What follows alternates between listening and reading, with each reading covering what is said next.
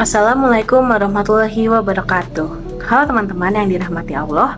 Perkenalkan, nama saya Intan Maritza. Saya mahasiswa Fakultas Psikologi Universitas Muhammadiyah Profesor Dr. Hamka. Teman-teman, pernahkah kita merasa kecewa pada diri sendiri? Ketika gagal mencapai sesuatu atau membuat kesalahan, seringkali kita terlalu keras pada diri sendiri. Padahal, Islam mengajarkan kasih sayang bukan hanya kepada orang lain, tetapi juga kepada diri sendiri. Inilah yang dalam psikologi disebut sebagai self-compassion atau kasih sayang kepada diri sendiri. Self-compassion adalah sikap menerima diri sendiri dengan kasih sayang. Bahkan ketika kita menghadapi kegagalan atau kekurangan, terdapat 3 elemen utama dalam self-compassion. Yang pertama, kindness terhadap diri sendiri, yaitu berhenti menyalahkan diri dan juga menggantinya dengan sikap memaafkan diri. Yang kedua, ada kesadaran bahwa kita tidak sendiri, karena semua manusia pasti pernah berbuat kesalahan dan mengalami kegagalan. Yang ketiga, ada mindfulness atau menerima emosi negatif tanpa berlebihan atau mengabaikannya. Nah, hal ini selaras dengan ajaran Islam. Allah Subhanahu wa Ta'ala berfirman dalam surat Az-Zumar ayat 53, "Katakanlah wahai hamba-hambaku yang melampaui batas terhadap diri mereka sendiri. Janganlah kamu berputus asa dari rahmat Allah. Sesungguhnya Allah mengampuni dosa-dosa semuanya.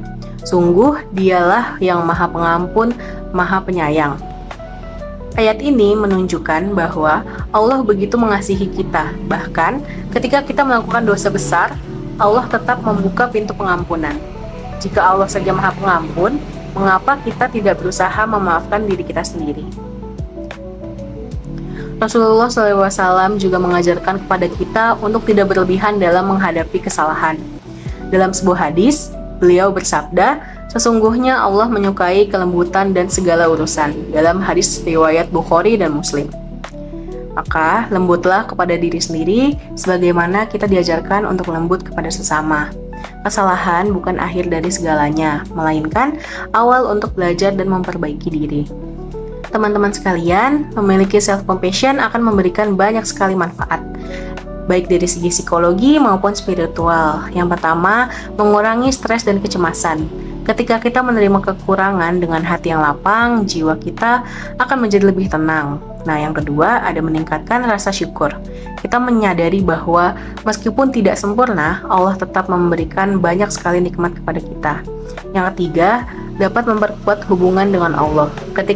Ketika kita tidak menyalahkan diri secara berlebihan, kita bisa lebih fokus untuk bertaubat dan mendekatkan diri kepadanya.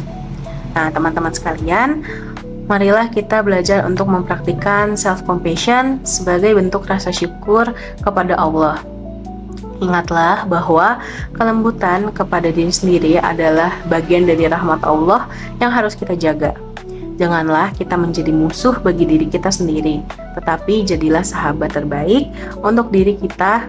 Dengan begitu, kita bisa menjadi pribadi yang lebih baik di dunia dan juga akhirat. Kurang lebihnya mohon maaf. Wassalamualaikum warahmatullahi wabarakatuh.